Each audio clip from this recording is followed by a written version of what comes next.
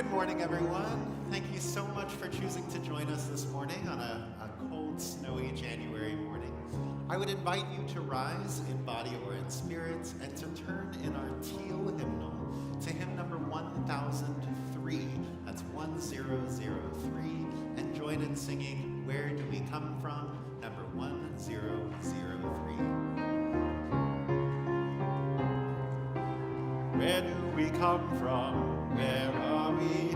Where are we going? Where do we come from? What are we? Where are we going? Where do we come from?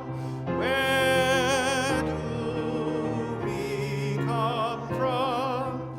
Mystery, mystery, life is a riddle and a mystery.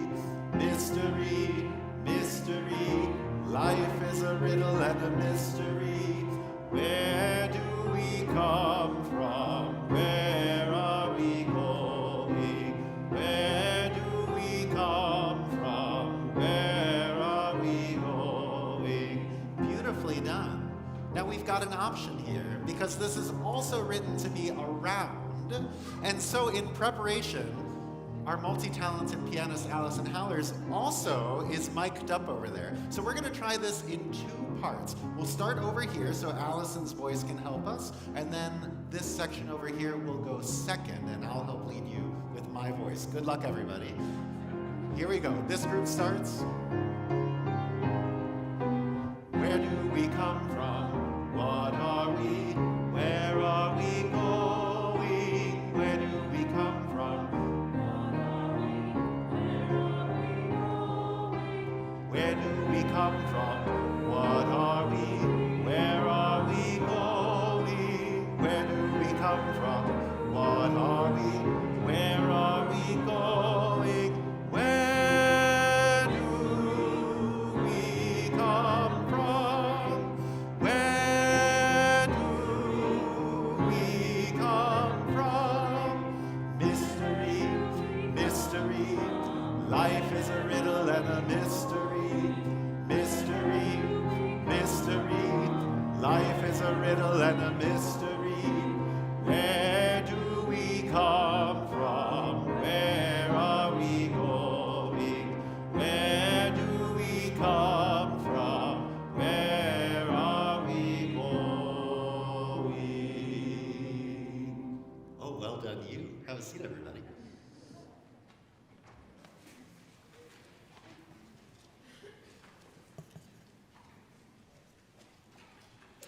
Hello. Good morning and welcome to the First Unitarian Universalist Congregation of Ann Arbor. My name is Erica Lyken, member of the lay worship team, and I am happy to be here with you. I'm speaking to you today from UUAA's congregational home. Wherever you may be joining us from, whether it is here in person, virtually from elsewhere in our state, or beyond, we bid you warm greetings as we enter into this time of being together. Our congregation has been rooted in Washtenaw County since our founding in 1865, serving as a progressive voice and presence, locally and nationally, in bringing alive a justice-oriented faith that supports us in living to our highest potential as individuals and as a community. If you're a newcomer to our community, know that you are very welcome here. Please join us after the service to connect with other new folks and friendly UUAA members. You can join us in person in the Redmond room, which is just out the doors here to the left after the service. If you are live streaming and joining us online virtually today, please introduce yourself in the chat. We would love to have you say hello. And for those live streaming or on demand, please fill out our online welcome survey. That's at uuaa.org/newcomersurvey. A few reminders as we enter our time here together today. Our winter congregational meeting will be taking place via Zoom on January 26th from 11 a.m. to 1 p.m. You can find the Zoom registration link as well as the agenda by visiting UUAA's website, uuaa.org, /winter-congregational-meeting. You could probably Google it on the website as well if you didn't catch that. A short recorded worship service precedes the meeting starting at 10:30 a.m., which you can view on Zoom using the same access link as the meeting itself. Another reminder, Friday Fun Night this month is a chili cook-off that's coming up this Friday, January 17th at 5:30 p.m. Please RSVP. We'd love to have you join us and sign up to volunteer. You can find that in the weekly newsletter or in the SGD corner. These events are always a great time. My family and I really like going. They're enjoyed by children, young and old, and adults of all ages.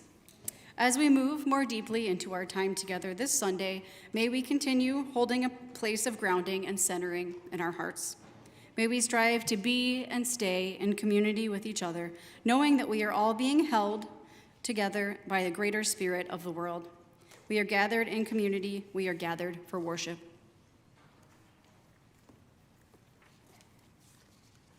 Good morning. Welcome. This Sunday is one of our Question Box Sunday services. I'll say more about that in a few moments.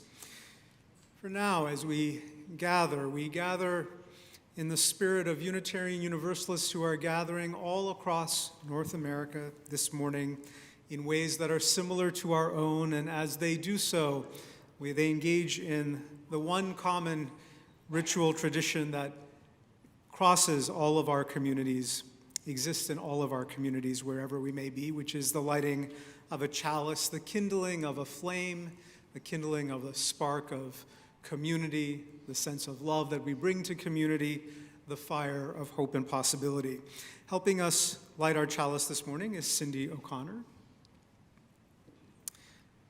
And as Cindy makes her way up here, I invite you to find a place of grounding in your hearts as we offer these familiar words of chalice lighting.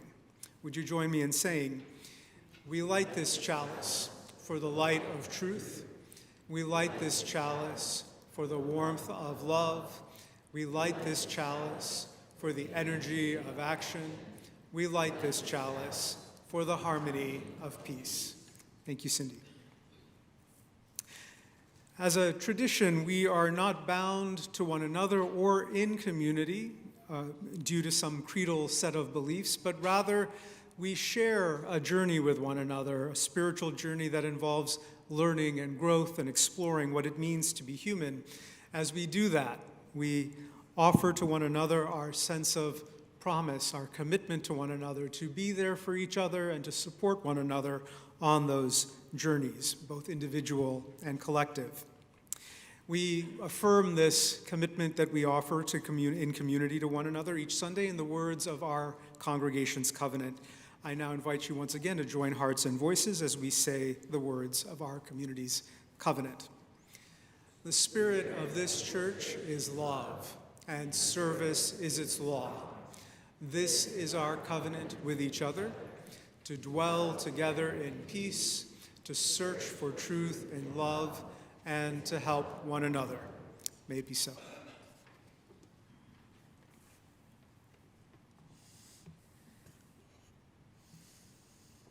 I don't know about you, but I like to spend my holidays hibernating. Obviously, there are family gatherings, traditions, and parties that pull me happily off the couch and into what the internet tells me we now call hard pants. But the minute that those obligations are over, I'm back in my PJs, under a blanket, and reading a book, sometimes for days at a time. And I feel no shame about this. But I have noticed that sometimes this hibernation mode can sort of overstay its welcome and leave me looking for something, anything really, to get me back on my feet and into the world. Today's story offers us just such a something to help us when our get up and go has get up and gone missing. Our story for all ages is The Curious Why, words by Angela Di Terlizzi and art by Lorena Alvarez Gomez. There are days you are bored. You're finished, you're through.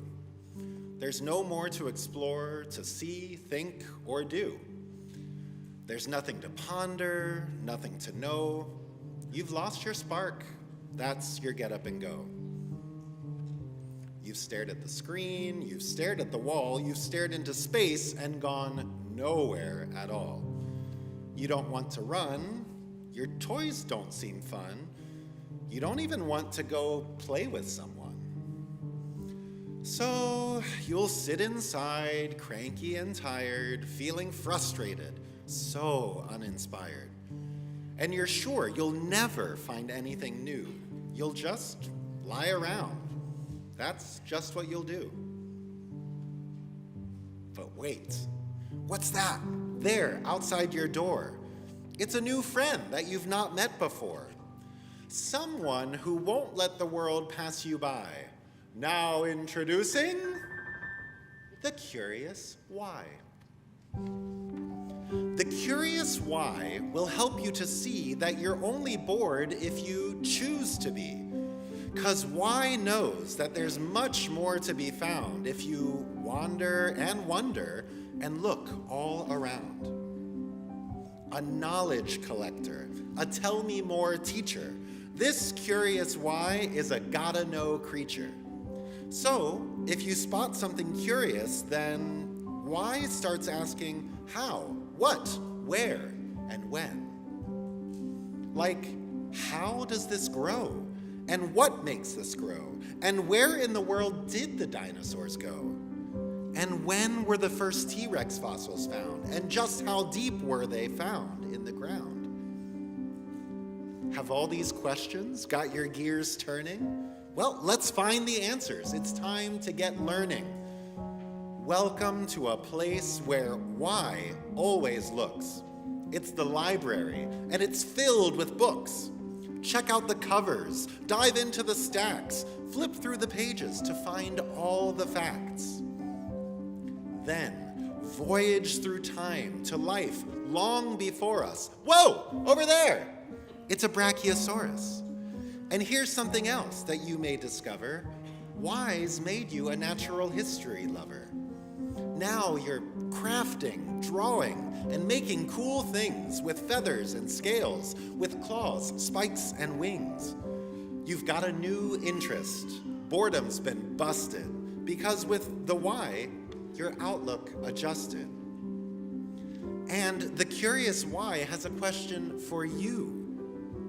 What are more things that you wish you knew? Do you want to know how crayons are made, how banjos are played, or why rainbows fade? Do you like gazing at planets and stars? Team up with the Why and journey to Mars.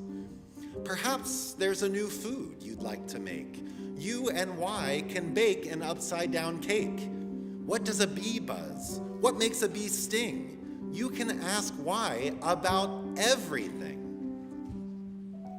With all of these questions and answers, you'll find that the Curious Why has opened your mind. And if your friends need their sparks ignited, then you and Why can get them excited. 'Cause you've got all of this knowledge to share. You're a T-Rex expert extraordinaire. And when you keep asking, searching, finding, walking paths unknown and winding, digging deeper and stargazing, you'll see that all is amazing. Now there's no limit to how far you'll go, how much you'll learn, or how much you'll know. And you'll never be bored unless you try when you open your door to the Curious Why. The end.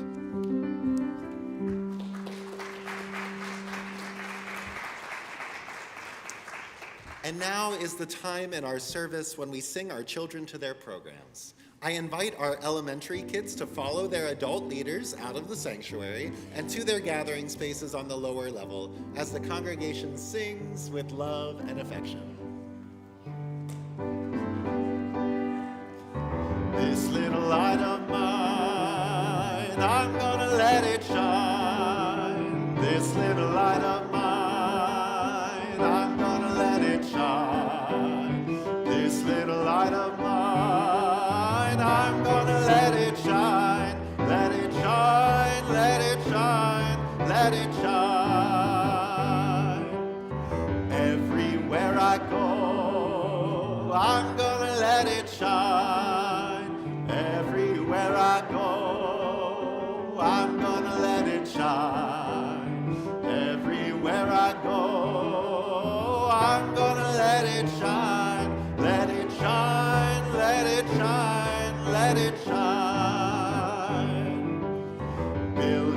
up a world, I'm gonna let it shine. Building up a world, I'm gonna let it shine. Building up a world, I'm gonna let it shine. Let it shine, let it shine, let it shine.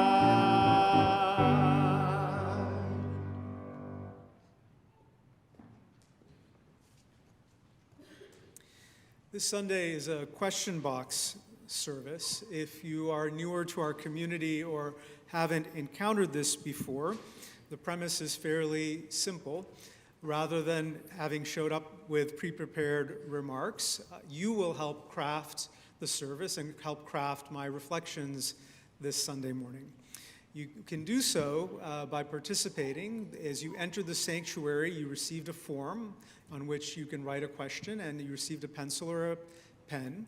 If you didn't by any chance and you need one, please raise your hands and an usher will come by and offer you a form and or a pencil or pen. Now, before you start to write anything, don't start writing yet. I wanted to share a word to help frame some of this. We don't do this type of Sunday every Sunday, so it's a bit of a special opportunity to be in dialogue both with yourself and with me.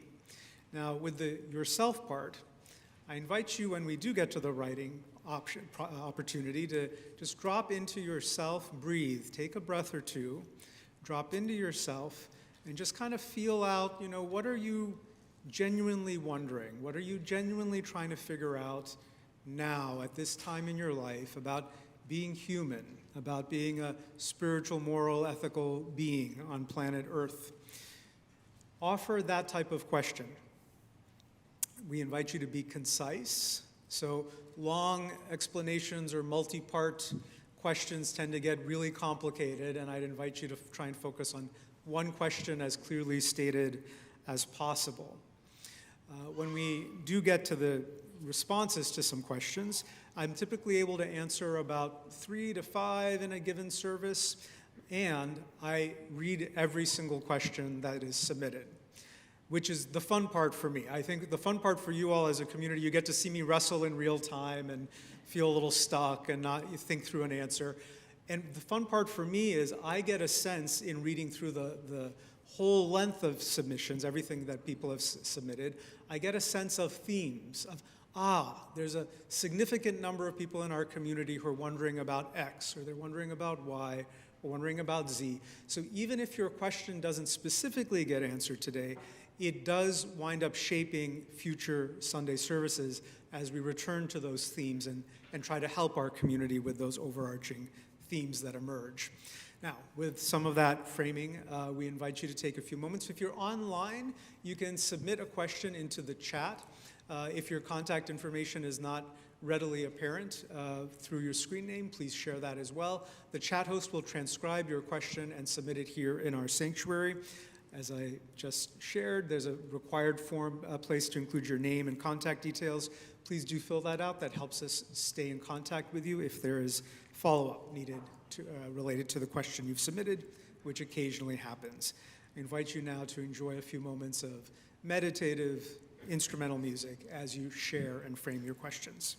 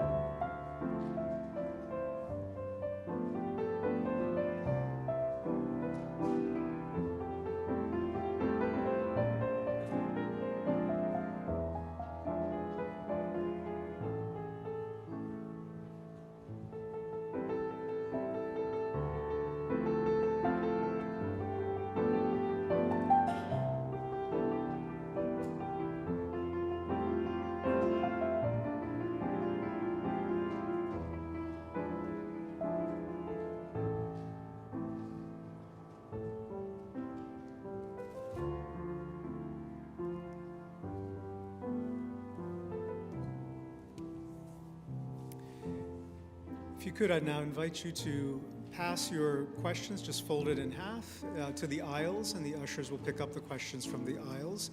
If you need another moment to finish your thought, that's okay. Just be sure to give your form to an usher. Thank you for participating.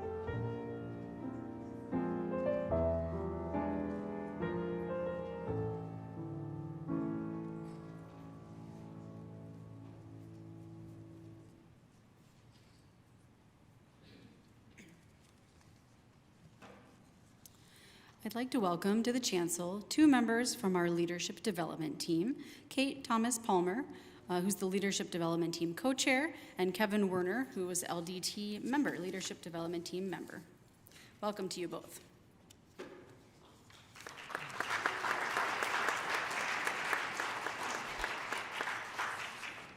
Hello, I am Kate Thomas Palmer, and I serve this congregation as co-chair of the leadership development team. Our team is responsible for recruiting members to run for the Board of Trustees and the Leadership Development Team, which are elected at each June congregational meeting, and for fostering leadership development. Currently, our team also consists of Susan Randall, co-chair, Sandy Breck, Tim Richards, Kristen Lesueur, Jeff Polliner, and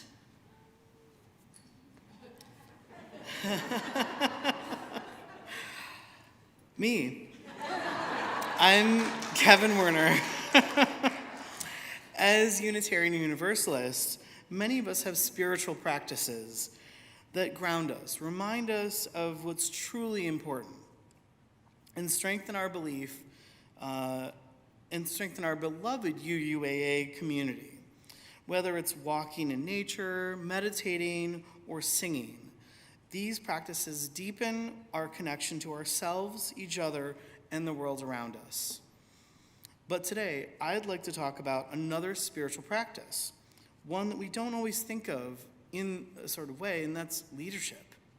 For many, the word leadership might conjure up images of meetings, to-do lists, and endless tasks. Yeah, I know.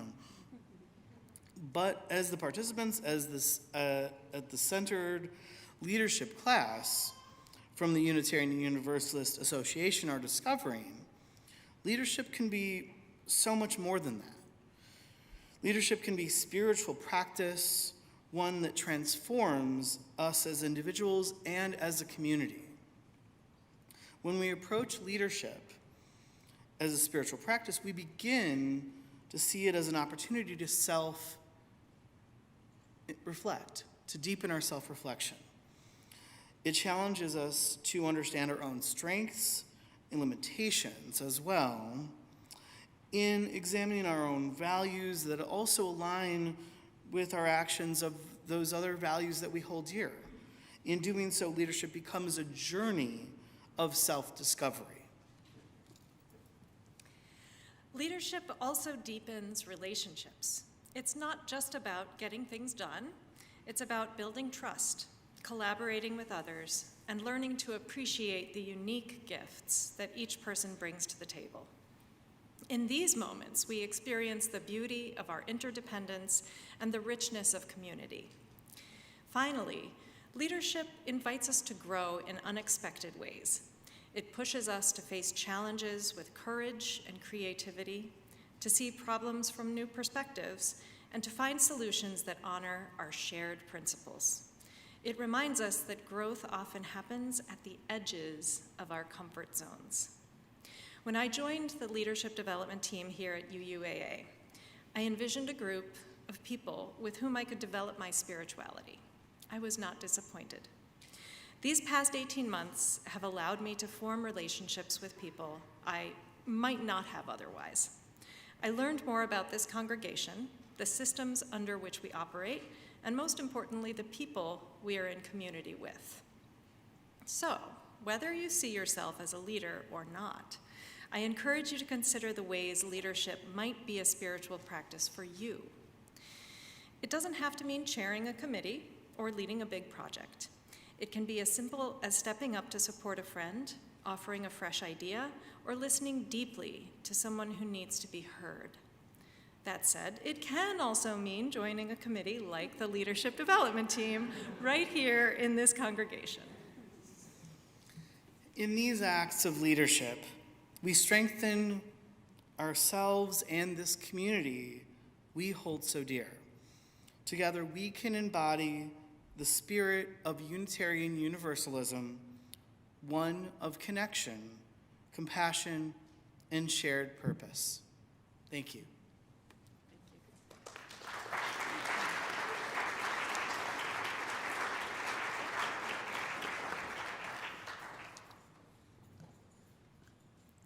Thank you, Kevin and Kate. Those papers are hard to pick up off of here, aren't they? As we just heard about leadership and service, the call to give can come in many forms as well, and we are moved to contribute to this community in many different ways. When we think or reflect on leadership and service to our community, we make space for all the ways in which our congregation and its members and friends contribute. As we now move into our time of offering, I invite you to support UUAA in one of several monetary ways, if you're able. If you're here with us in person, you can drop cash or check into the baskets as they will be passed. If you are interested in a more digital experience, you can text UUAA to 73256 or visit us online at uuaa.org/giving and select weekly offering. In whatever manner you decide to give, I thank you for your financial generosity and your commitment to making our congregation and our wider community a better place for all. I would now like to invite our ushers forward as we gratefully receive today's offering.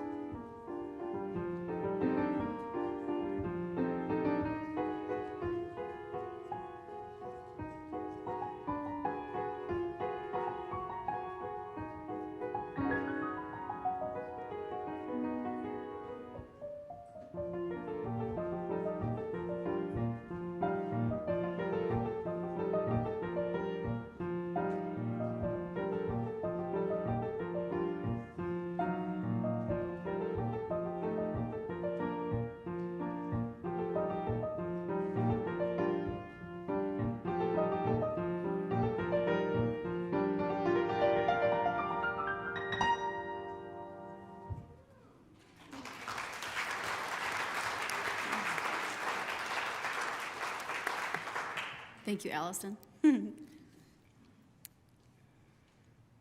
I now invite you to rise in body or spirit as the ushers come forward and we dedicate our offering.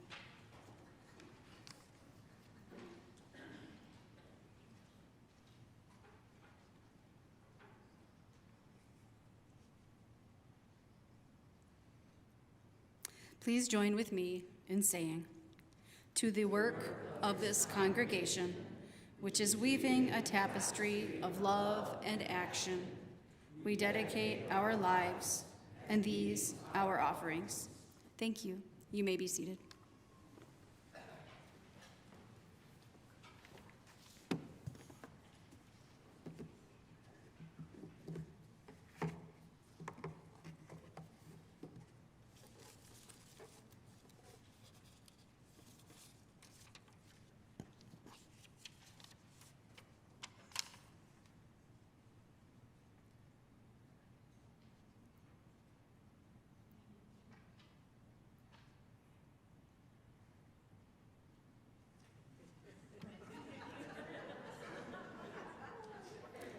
Okay, I'm going to read. This is the first question.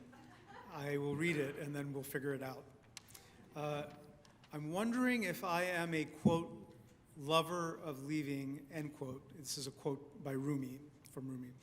Do I accept this, being a lover of leaving, and claim a spot in the caravan, or do I try to change this? This is a question about acceptance versus change. I'm not sure I understand that last bit, but I do get the quote, and I think I'm going to do my best to try and speak to this. Wow.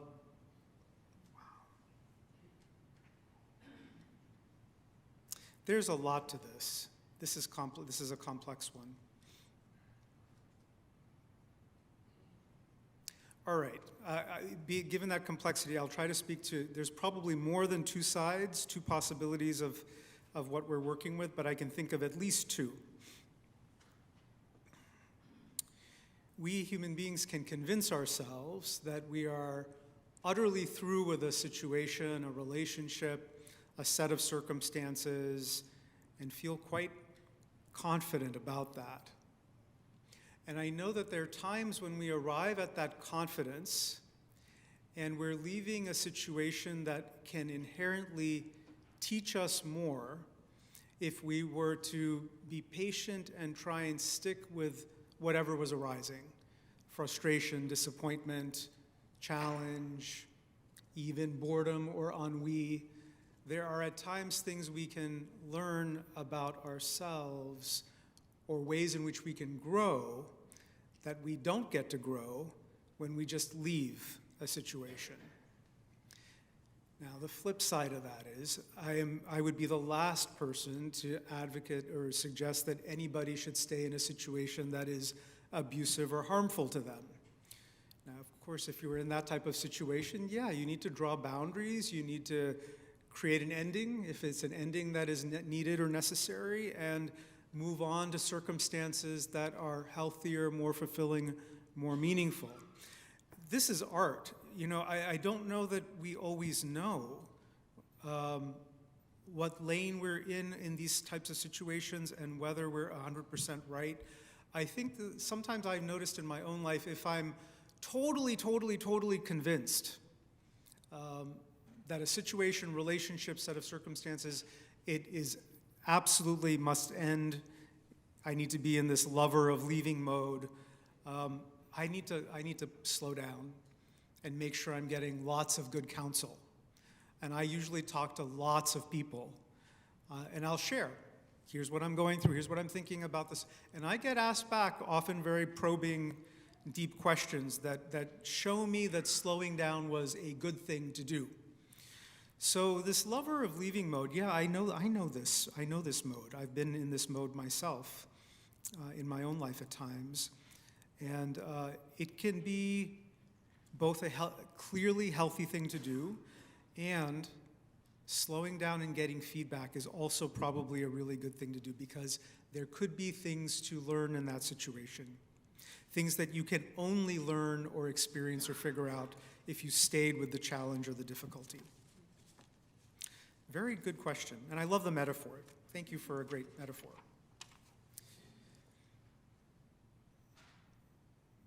Yeah, when will human beings as an animal, as a social being, as a social creature, reawaken our natural connection to nature as a source of inspiration and joy? Thank you for this question. So for me, what immediately is coming up is one of the Western paradigm's deep failures is our relationship with everything other than human beings, meaning the planet and animals, the natural environment around us. And this is a theological question, essentially, when you realize or recognize that Western culture is profoundly influenced by the Abrahamic traditions. What do we mean by Abrahamic traditions? Those are the religions that are connected to the prophetic figure of Abraham, which includes Judaism, Christianity, and Islam.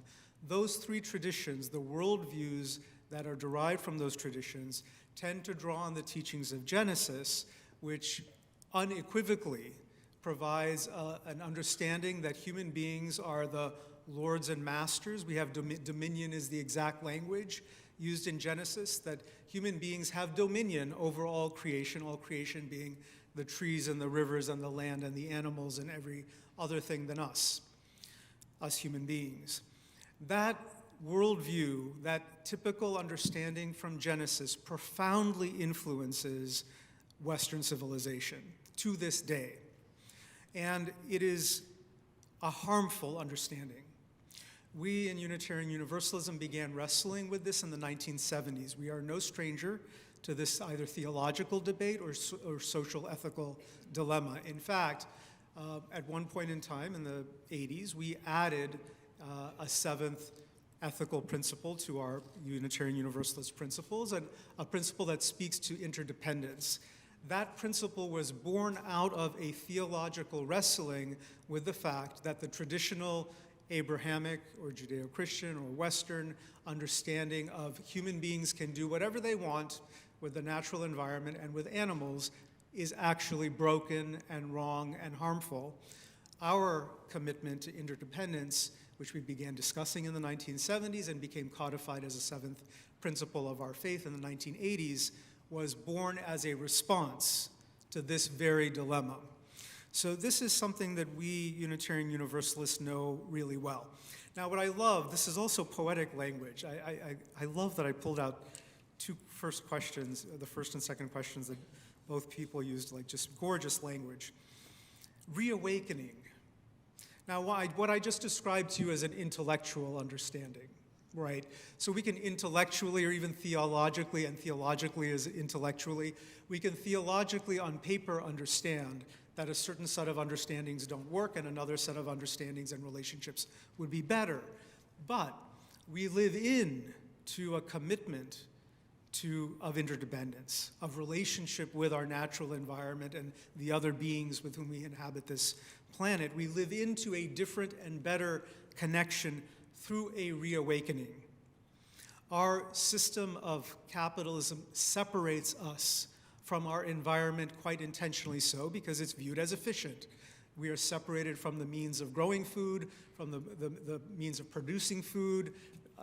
We are separated in so many ways from our natural environment. So we actually have to work at being reconnected to nature and to the animal life around us. That's how I interpret this language of reawakening, the intentionality that it takes to reawaken our hearts and our spirits. And I think we know that we're in the right lane, that we're doing this, that we're engaged in this act of reawakening when we spontaneously are out and we pause. Rather than rushing from one thing to the next, we pause. We notice a flower blossoming. We notice a single snowflake. We notice a sunset or a sunrise, or the beauty of a bird in flight, or that little rabbit in our backyard hopping around. And we don't rush past it, but we just pause and savor the connection, the appreciation, the bounty and beauty of life. That's what this reawakening is. And, I really appreciate the individual who asked this because it is a reawakening. There are many, many things about the culture that we are embedded in that intentionally disconnect us from this. But know that our Unitarian Universalist commitments include this type of commitment to the natural environment around us, to the other beings around us. Thank you. Excellent, 2 excellent questions so far. Let's see.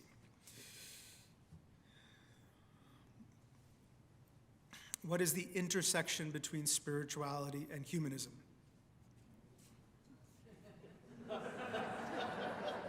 Well, I don't know how to answer this because for me, so again, I'll offer, as I did at the 9:30 service, my periodic public service announcement that being Unitarian Universalist and or a member of this congregation entails no requirement that you ever agree with me about anything. In fact, it would be unusual for me to expect that you agree with me about everything. So we are not like the Catholic or Episcopalian or other traditions that are out there where that is a norm. So acknowledging that whatever answer I offer to any question this morning, you don't have to agree with a word I say, and you're still as you as I am. Okay, so for me, there's no difference. I mean, spirituality and humanism, it's the same thing for me. I understand we can create an intellectual debate and carve out differences, but for me, there's no separation. So for me, my spirituality is a humanistic spirituality. And so what do I mean by that? What do I mean by spirituality? Spirituality for me is kind of a sense of affinity with and trying to be in alignment with, trying to live into the deepest potential of our being and essence, being sensitive to that calling, listening for it, practicing the art of listening for that part of ourselves, seeking and working for and bringing alive that deeper wisdom in our day-to-day lives, in our being, in our words, in our actions, our deeds. That, for me, is spirituality, being a spiritual human being. That, for me, is humanism. So basic humanistic understandings involve that we are beings, maybe the only beings on planet Earth, who have the ability to intentionally evolve and grow over our lifetimes. So if most animals are living in kind of an instinctual way, we have the opportunity, we have the ability to learn and grow. By the way, that involves choosing not to learn and grow and evolve, but we can. And that's one of the best possibilities that reside in us. That, in fact, I'd say it's even an inborn drive. We have to kind of turn away from it at times to be stuck or static. That drive to learn, grow, evolve, to keep bettering ourselves is a humanistic impulse. That is a part of humanistic philosophy. So for us as Unitarian Universalists, we are inherently a humanistic tradition, and in that humanistic potential, by holding that commitment to myself, as I learn, grow, and evolve, I have greater capacity to share with others and do good in the world. The healthier that I am in embodying my own humanity, I can do more good out in the world. So humanism doesn't stop with the individual. Actually, any humanism that stops with the individual is broken. That is not the purpose. The purpose of our growth and evolution is as we better ourselves, we become a greater force of good in the world. So all of that's spiritual. Like, what if that is not spiritual? I don't understand. I would be confused if I had to figure out like what from what I just said isn't about spirituality, about learning about being human and trying to be a good human being. Okay, well, this is, I love sometimes I pull these questions and they're just these threads that emerge. I have another question with the word spirituality in it. I'm feeling disconnected from my spirituality. How do I regain that connection? Thank you. Thank you for asking this. I think that this is not an uncommon experience, and I think we often feel shame when we're holding this question, when we're feeling disconnected from our deeper selves, from the sense of greatness greatness around us, transcendence around us, we often wind up feeling stuck and we feel bad and then we're not sure what to do. So thank you for asking this. It's a very healthy thing that you've asked this, beautiful thing that you've asked this. And I have answers in some of the questions that have already come up. For me, when I am the most stuck, I know that I need to reconnect with the transcendence and the greatness and the beauty around me. And I think that this is a very common you practice as well, is we will go seek nature. Often, as UUs, that's one of the things we'll do when we're feeling disconnected. I've lost my sense of grounding. I'm feeling anxious or upset. I need to go on a hike. I need to go take a kayak out on a river. I need to drive out into the country or be out in the woods or go skiing or whatever it is. Go swimming. We find these things to do that reconnect us with something greater than us. One of those things that is greater than us is the natural world around us. So if you're particularly feeling stuck, start there. Always start there. Always start there. It's a beautiful way to begin. And what I'd invite you to do is when you are finding that time or taking that intentionality to be out in the natural world, invite yourself to stop and notice things that are good and beautiful.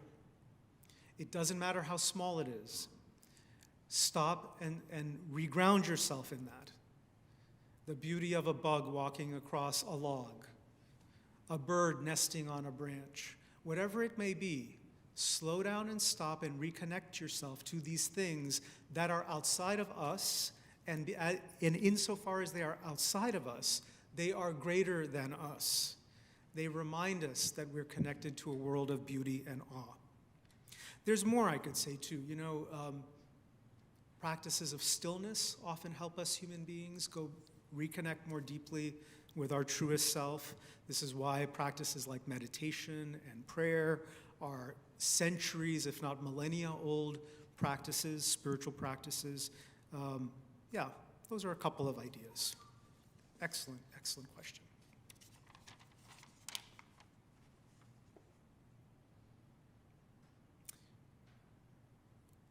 Yeah, okay. There are so many shattering problems in the world. I'm just pulling out excellently phrased questions today. I really love this. This is, shattering problems. Thank you for that. That is absolutely right. There's so many shattering problems in the world. Climate change, war, growing autocracies. I live in a privileged liberal bubble and echo chamber. How can I work toward meaningful change and help those who are suffering the most? Thank you. Thank you for the presence you've lent in this question. I really appreciate that. We had echoes of this kind of question from different angles in the first service as well this morning. So, when the problems of the world seem so immense that it's unclear where to even begin or what impact we can even make, the one thing we can reliably do is go small, narrow down, focus first and foremost, who is near me? Friends, spouse, loved ones, family members. How can I show up in a good way, in a meaningful way for those folk? That involves some practice around, managing one's own day-to-day frustrations, in and out needs of life, showing up in a good way, in a loving way, in a caring way. We start small, and that's where we logically start. The people who are closest to us build out one level from that. As capacity allows, as energy allows, we show up in community. Practice there. Even in a community like ours, where the vast majority of people agree with one another about the vast majority of things. But that does not mean 100% agreement about anything. So guess what? Here amongst us, you get to practice what it means like to be amidst difference. what it means to be amongst diversity and different needs and different opinions. We get to practice that here with one another. Practice it. Show up in a good way, in a patient way, as a deep listener, with an open heart. What I mean by open heart is you're open to discovering things you hadn't thought about. You're open to having your mind changed by something you hadn't previously considered. We can't do that if we've already made up our mind. We're 100% set in our ways or our thoughts.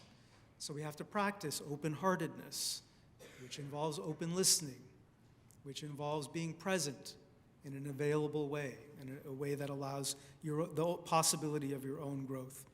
Okay, if we can do that with our closest circle, then we branch out to community. Guess what? Then you've got town, county, region, state. Go out another level, out to our nation as a whole and our world as a whole, if we kept going. You have to start small and keep building out. The things that we see that are not working in our culture, I can't magically on my own change the entire culture and history of the United States of America on my own. But the way we change it is by practicing these things that we know are healthy and good at the micro level, and then we keep practicing them as we build out and out. And that's how movements are also built. That is how culture is changed. So don't ever doubt how important and how meaningful it is for us to be engaged in these practices at small and medium scales. That is the only way culture ever changes. It starts small and then it builds out in concentric circles. So that's how I would say we work towards meaningful change. That's what I try to teach, encourage, embody in my own leadership. I see us doing this as a community. Now, how do we help those who are suffering most? I'll offer a quick word here. This also came up in the first service. Older models of help, assistance, support, aid had communities like ours kind of looking at a problem in the world, and then we decide what's right to do to fix it, and then we show up and do the thing that we decided is the right thing to do to fix the problem. That's not the model of justice-making in our contemporary time. That's viewed as very colonialistic, paternalistic, top-down, not necessarily helpful, ignoring the perspective, needs, experiences of those most directly needing support, encouragement, freedom. So what do we do in our contemporary time? First and foremost, we build relationship. We don't show up as a people from the outside who are trying to help you far away. We first show up with the spirit of relationship. Get to know people. We make friends with them. From a place of relationship, we practice listening. This is part of those concentric circles. We practice listening. Tell me about your life. How can my community, how can we learn about you and your life, your experiences, your needs? Then, relationship, listening, then an invitation. What do you need to survive, thrive, grow, be free? Tell us what you need. Tell me what your community needs. And then we show up. We show up and do the thing that we've been invited to do out of relationship, because people who are directly impacted have told us that this is what they need to thrive and be free in the world. Then we show up and do that thing. Thank you. You've asked for an entire theory of change here, so in one question. Thank you for that. That's my theory of change. Okay. Immigration. What can we do to help immigrants given threats presented by the Trump administration? Yeah. Okay, so it's immigration, migration, asylum, refugee status, undocumented status. There's a whole basket that is impacted by the way, folks who may or may not have legal status but have U.S. citizen relatives or children. I mean, this is a huge set of intertwined and intersecting needs. I mean, my heart dropped a little bit because I feel such sadness and, trepidation also at the rhetoric that's been out there about rounding up people wholesale, and who knows, I mean, after the first Trump administration, it's hard to know what is rhetoric and what will actually happen. But if that kind of rhetoric were to be made real, I think it would be a very frightening and unfamiliar country to be living in one where we're wholesale rounding up folks in our cities and in our workplaces or streets. I haven't seen that in my lifetime. I know that there were earlier times, such as the McCarthy era, where that kind of fear in our society was present. I don't want that for us. That would not feel great to me. So what do we do? Well, first what I'd say is, actually I hope you'll join us at I'll do a plug here for our congregational meeting on January 26th. You don't have to be officially a member. Anyone can come. The only thing, if you're not officially a member, if there's a vote on something, you don't get to vote. But other than that, you can be there for the whole thing, including the worship service in advance and the content of what we talk about as a community. I know that one of the things we'll be talking about is our community's decades and decades long commitment to being a sanctuary. Now, I don't want to get into that whole, there's a sermon I've got, and we're going to talk about it at the meeting, so I'm not going to do the whole thing today that is going to come up on the 26th. But what I will say is that we absolutely have a commitment, and not just in terms of being a sanctuary to migrants, immigrants, and others who are so impacted, but we have a commitment to being a sanctuary in a variety of ways that are deep, important, and matter. So, with respect to immigrants and migrants and those similarly impacted, we have provided accompaniment, we have provided shelter, we have provided financial support, we have provided volunteer support that includes rides and English language classes and cooking lessons and like all kinds of beautiful things, job assistance and placement. I mean, people in our community have done so much over so much time. If you don't know this, by the way, we supported a family from Central America that lived on our congregational premises for 6 years at one point in time in the 1980s. So, this is not a new commitment for us. This is something that we have shown up for and worked on in a practical way for a long time. And we do that in collaboration with other congregations in Washtenaw County. There is a group, an association of congregations that we work on this together. There are sanctuary congregations of Washtenaw County. And so we work on this both ourselves and we work on it in partnership with like-minded institutions, and it is not a new commitment.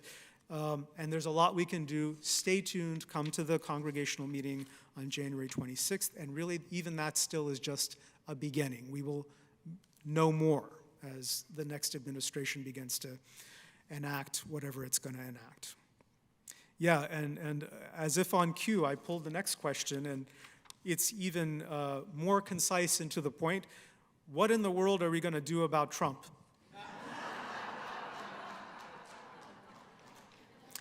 Here, too, I appreciate the wording. It would not be unusual in a religious community for somebody to pose the question, what are you, senior minister, going to do about Trump? And thank you, because the question is a we. And actually, by the way, that's the thing I love about UU community. Everything is always a we. So what are we going to do about Trump? Well, I gave a sermon about this the week after, the Sunday after the election. We are not going to back down. I can promise you that.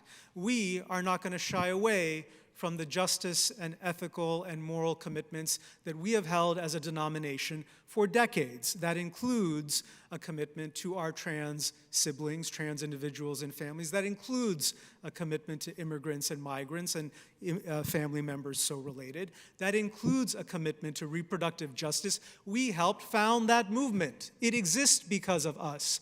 We're not going to back away from that commitment.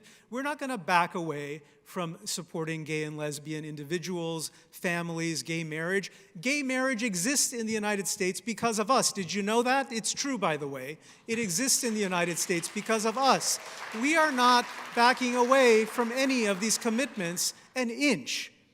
Now, does that mean there won't be backsliding and things that we're not able to stop. You know, we thought we were going to get through 4 years of Trump 1 and he changed the entire Supreme Court.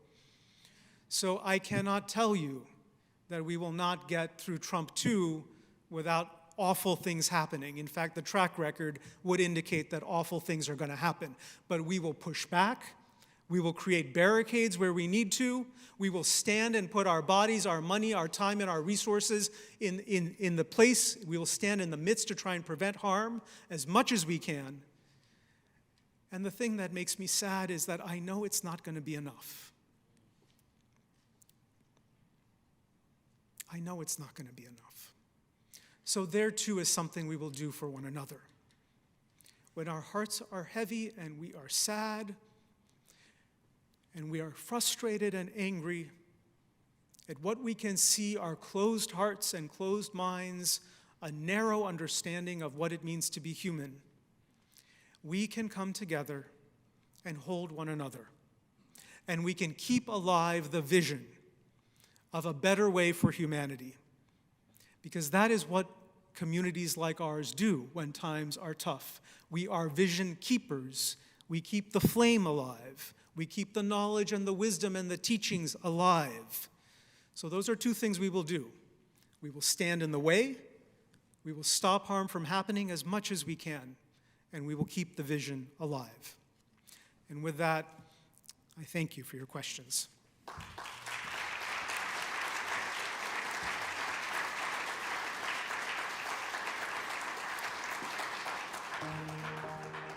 Reverend Manish just told us that we will spend the next 4 years keeping that flame alive. Will you rise in body or in spirit and sing that commitment as we turn in the teal hymnal to hymn number 1028, The Fire of Commitment, in the teal hymnal, hymn number 1028.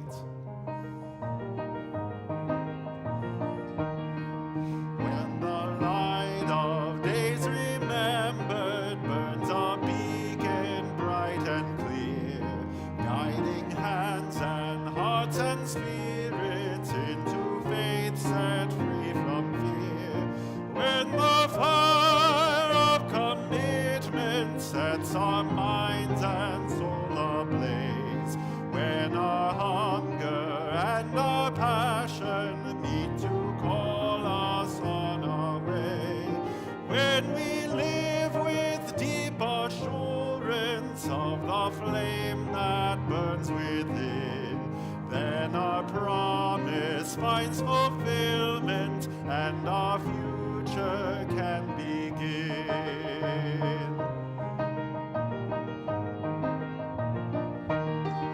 From the stories of our living rings a song both brave and free, calling pilgrims still to witness to the life of liberty. When the fire of commitment sets our mind and soul ablaze, when our hunger and our passion meet to call us on our way, when we live with deep assurance of the flame that burns within, then our promise finds fulfillment and our future can begin.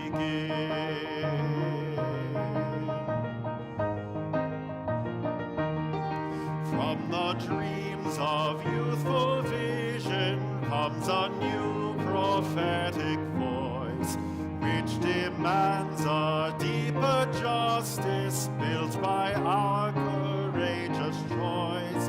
When the fire of commitment sets our mind and soul ablaze, when our hunger and our passion meet to call us on our way, when we live with deep assurance of the flame that burns within, then our promise finds fulfillment and our future can begin.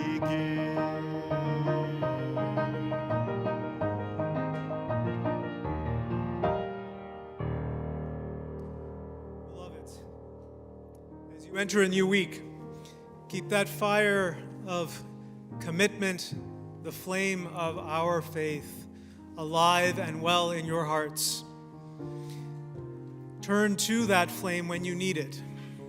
Remind yourself every day that the very best that you have to offer, your words, your deeds, your actions, moment by moment, that they matter. They are a practice. They are a practice of how to be human in this world, and may each of your lives be an exemplar of what any of us can be. For that is what is needed to create the world that we each dream of. Go in love and peace. Know that you are held and loved in that knowing and in that wisdom, in that intention, until we are together again. May it be so. Amen.